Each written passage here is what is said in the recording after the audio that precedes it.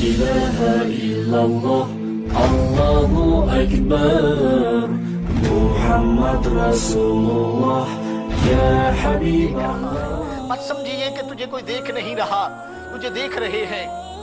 ایک بھکاری مسجد کے سامنے بھیک مانگ رہا تھا.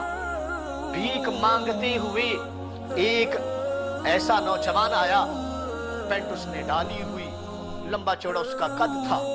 اس نے جیب سے بٹوا نکالا، بٹوا نکال کر پیسے نکالے، اس کو دے دیے اور بٹوا ڈالتے ڈالتے آگے گزر گیا. اس بھکاری نے دیکھا کہ اس کا بٹوا نیچے گر گیا. وہ بھکاری اٹھا، اس نے جا کر بٹوا اٹھا لیا اور پیچھے پیچھے چلنا شروع کر دیا. وہ صاحب مجھے نظر آ جائے، لیکن وہ نظر نہیں آئے. عرصہ بیت جاتا ہے، وہ بھکاری وہیں پر بیٹھا ہوا. پھر وہی نوجوان آتا ہے، آ کر پھر پیسے دینے لگتا ہے تو وہ پہچان لیتا ہے کہ یہ وہی آدمی ہے جس نے سال پہلے مجھے پیسے دیے تھے اور اس کا بٹوا رہ گیا تھا. اس نے کہا عالی جناب ذرا ٹھہریے نا، میری بات تو سنیے. وہ رکتا ہے، کہا یہ آپ کا بٹوا ہے، آپ کی جیب سے گر گیا تھا تو میں نے اٹھائے کو پکڑا، پکڑ کر کھولا، کھول کر دیکھا نا جتنے پیسے تھے اتنے پورے کے پورے تھے.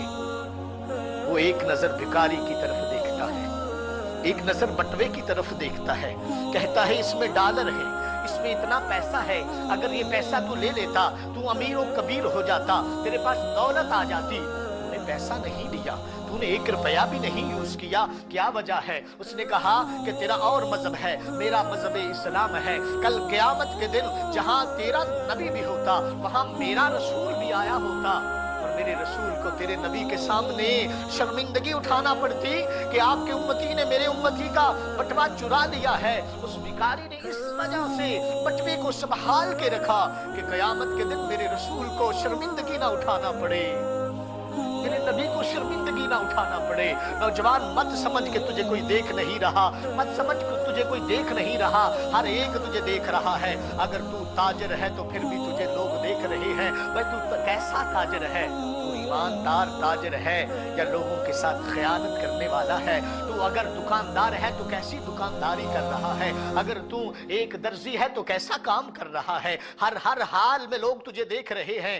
اگر تو گھر سے نکلا ہے، تیرے سر پہ امامہ ہے، تیری داڑھی شریف سجی ہوئی ہے، ماشاءاللہ جزاک اللہ، تیرا سفید لباس ہے، تیرے جسم سے خوشبوئیں آ رہی ہے، لوگ دیکھ رہے ہیں اور دیکھ کر کہتے ہیں واہ کیا بات ہے، آقا کریم کا دیوانہ آ رہا ہے، مستانہ مصطفیٰ آ رہا ہے. تجھے لوگ دیکھ کر کہیں گے کہ یہ وہ ہے جس کے سر پہ امامہ سجا ہے، یہ اور علیہ وآلہ وسلم کی تصویر آ رہی ہے. میرے بھائیوں ذرا غور کیجئے، میرے صاحبوں خیال کیجئے، مت سمجھیے آپ نے گھیر رکھا ہے، غموں کی دھوپ ہے سر پر، ٹھکانا گنبد خضرا، ٹھکانا گنبد خضرا کے سائے میں عطا کی